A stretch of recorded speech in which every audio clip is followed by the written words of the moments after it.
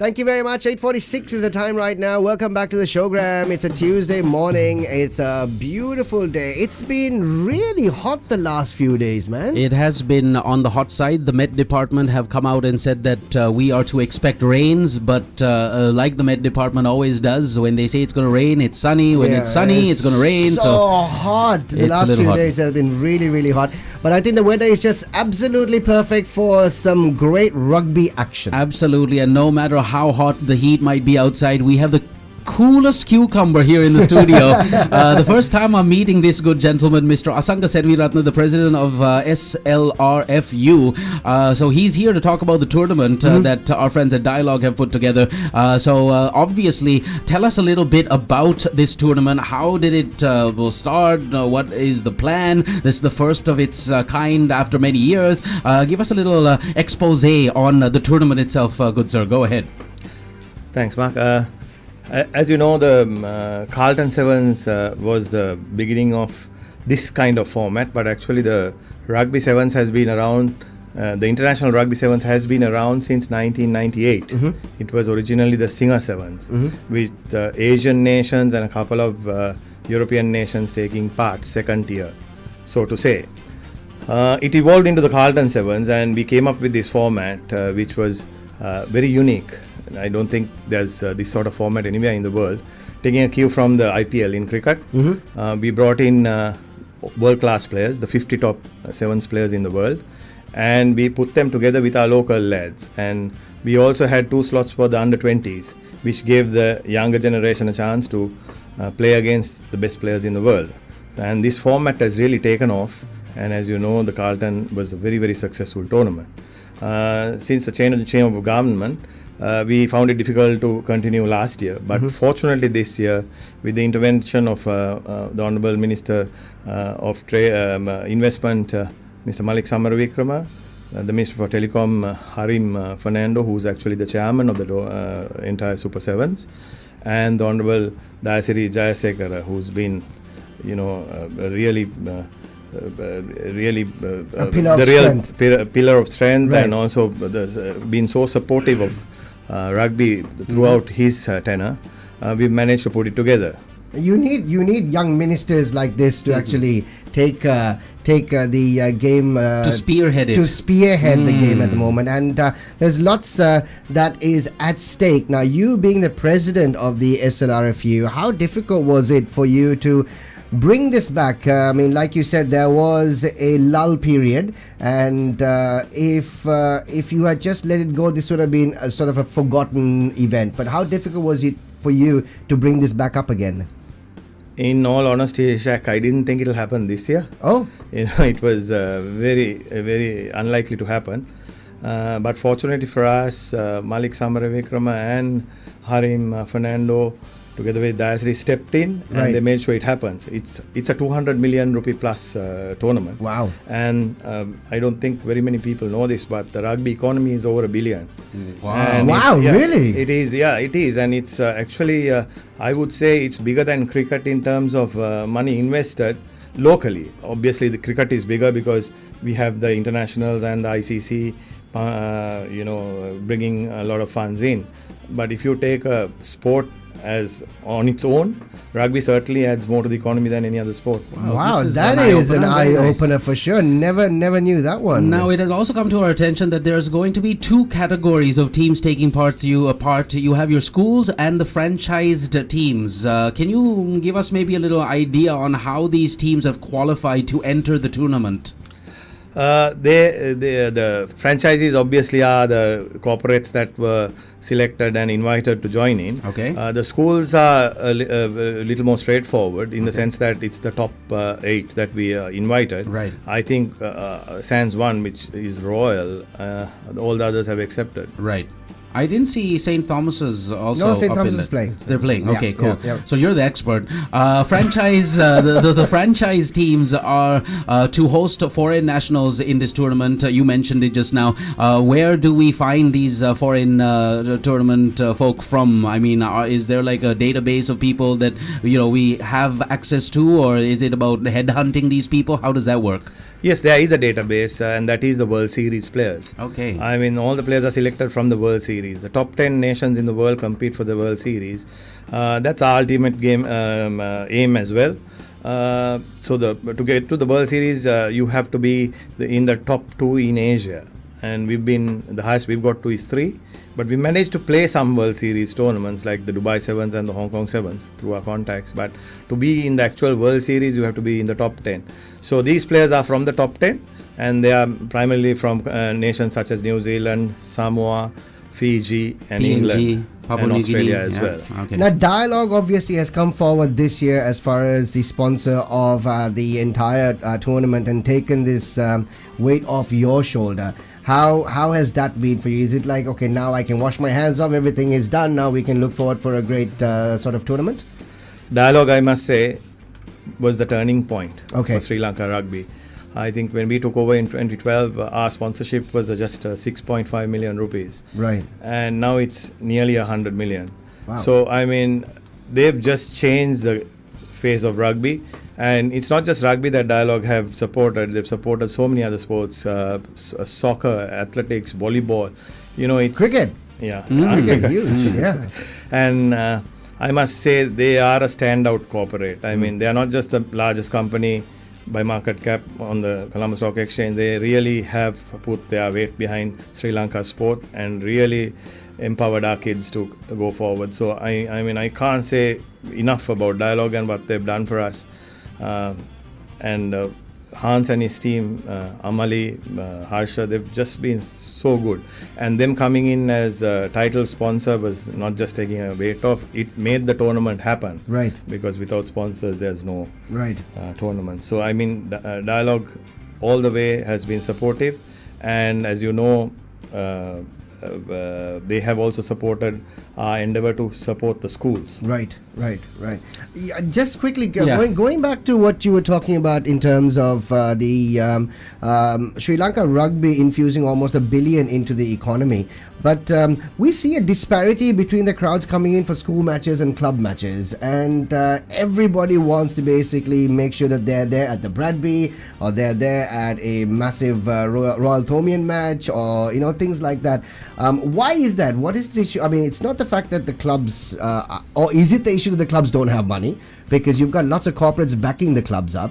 And but we still continue to see this disparity in terms of a lull in crowds coming in.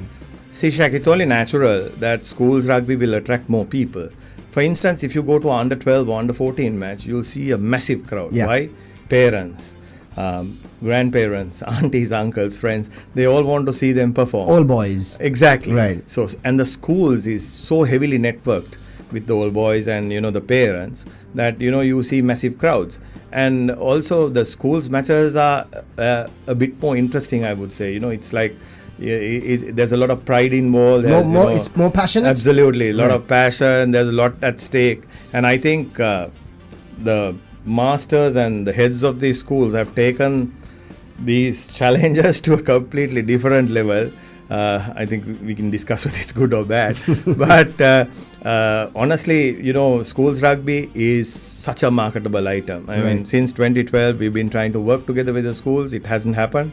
And it's so unfortunate that they don't have a business plan and that they don't have, a sponsorship package that is equal to what they're offering. I mean, which sport in this country can you get people into the gates asking them to pay 500 to 1,000 rupees? That's right. No That's sport. true. That's right. Now, on the topic of schools rugby, hooliganism, big topic. Not too long ago, we had the good minister and lots of other folks talking to us about hooliganism in general. Can you maybe elaborate on what you feel should be done as far as quelling or reducing or at least having some kind of proper structure to avoid and to basically maybe even totally wipe out hooliganism in schools rugby? Mark, this is a very sad topic because, as you know, rugby people are generally, or like I would say, they are known to be good, calm, very fair and Really? so, I mean, you take rugby in the world scene. I mean, one sport that hasn't been tainted by That's true. violence or like drugs or anything. That's because I think you put so much in, you leave it all on the field. That's right. There's no more energy to That's right. do anything else. So this is a really sad situation, and there are many reasons for this. You see, the schools, it came about by masters and heads of school getting together and putting a tournament together. Now it's just completely grown beyond that. And we are still finding that these masters and these heads are trying to run this event and these tournaments. It's sad to say they've completely lost control. It's completely got out of hand. And I think education is the start of this, and implementation of discipline. And it has to start with the officials setting a standard from the bench and from the pavilion, because most of the violence stems from these areas, and so that incites the crowd. And most of these people don't even know the rules, and they just go at it. And you find a situation where even teams winning are assaulting referees and officials. The school's rugby does not come under you, does it? It doesn't. Why? What's the problem? I mean, wouldn't it be one controlling body that controls the sport, which is played by everybody in the country? This is a situation which has arisen because education is handled by the education ministry, and sports in schools come under education. Okay. So the education ministry handles it. So we are under the sports ministry, and the sports ministry, I would say, while the minister is doing his utmost to get everyone to work together and to come together, doesn't really have any control. So what happens is that the schools are run, as I said, by a few principals and a few masters. Right. And in my opinion, they've completely lost the plot. They just can't handle it. Yeah, well, that's something that we need to. I hope things can quell in the next season. But getting back to the 7 series, which is starting this weekend, you've got lots of franchises also have come forward to sponsor individual teams. How does that work? Does it work through a bidding system, or is there like a set price that X has to pay to own a team? And how many players are in that team? Do the franchise get to pick the players? How does that actually work? It's a bit of a bid plus draw. Okay. Because we wanted to keep the costs controllable, because in the past sometimes the costs completely got out of hand, and the franchises were very keen to put a cap. Right. So there's a cap and there's a minimum and there's a draw. So if you're number one, you get to pick your player and maybe bid the highest amount or whatever and close the player out. Right. Or you can bid a lower price and hope that nobody else bids and another person has opportunity. So the system has worked really well. I think the teams are really well balanced, and the franchises have the opportunity to pick their foreign players on their own. Right. Okay. Fantastic. It's really been very pleasurable getting to talk about rugby in general and having a wonderful person like yourself in the studios. So let us finally conclude this interview with maybe some questions or maybe some things that you would like to get off your chest as far as this tournament and rugby in general is concerned. So the mic is all yours if you want it. You put me on the spot here. Okay. First of all, I must say congratulations and well done to our under 20. Yes, that's which right. created history.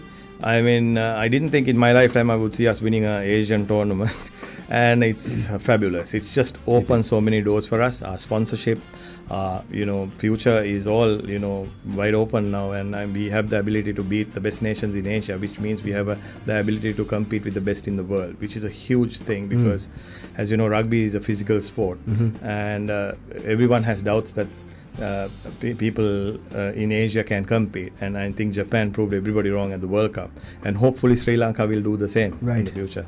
So super stuff. There's lots to look forward to. I mean, this is turning out to be a really exciting tournament at the end of the day, and we know the crowd that the game of rugby attracts. And I think this weekend and next weekend.